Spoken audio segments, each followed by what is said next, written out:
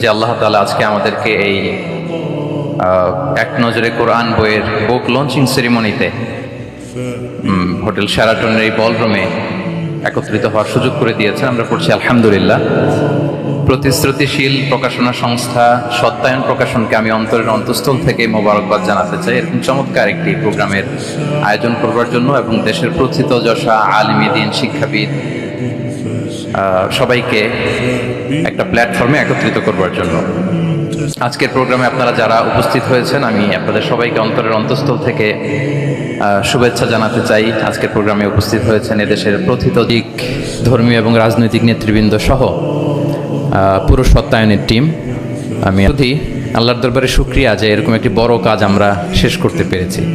আল্লাহ তাআলা আল কোরআন আল কারীমকে তিনি গোটা বিশ্ববাসীর জন্য রিমাইন্ডার বা হেদায়েত করে প্রেরণ করেছেন।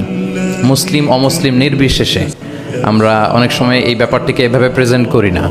আমাদের সবারই এভাবে প্রেজেন্ট করা দরকার যে এটা হচ্ছে কোরআনটা এমন একটা গ্রন্থ যেটা সবার জন্য, for the entire universe, for the entire human being. এবং এই কথাটা আল্লাহ খুব স্পষ্টভাবে বলেছেন যে এই কোরআন হচ্ছে যিকরা লিল আলামিন, এটা হচ্ছে reminder for the entire universe. সবার জন্য এখানে রিমাইন্ডার আছে, উপদেশ আছে,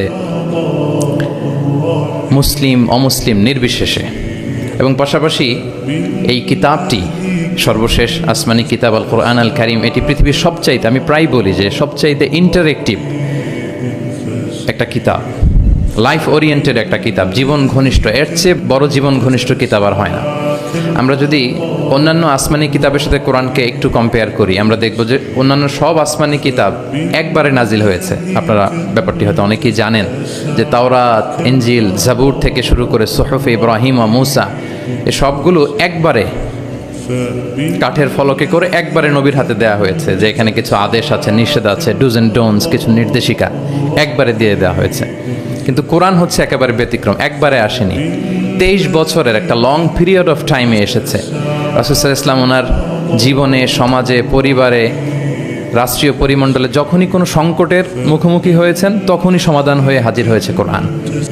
তিনি পরিবারে সংকটের মুখোমুখি হয়েছেন, কোরআন এসেছে। ফ্যামিলি অ্যাফেয়ার্স নিয়ে চাপে আছেন, কোরআনে এসেছে। মদিনার বাজারে কিছু নিয়ে ডিল করছেন, সমস্যা, কোরআন নাজিল হয়েছে। যুদ্ধের ময়দানে কোরআন নাজিল হয়েছে। তিনি পাহাড়ে চড়েছেন, পাহাড়ের উপরে কোরআন নাজিল হয়েছে। মক্কায় নাজিল হয়েছে, মদিনাতে নাজিল হয়েছে, মরুভূমির মাঝখানে নাজিল হয়েছে। মানে যেখানে সমস্যা সেখানে কোরআন, প্রবলেম সলভিং মেথডোলজি নিয়ে। এজন্য 23 বছরের লম্বা সময়টা লেগেছে।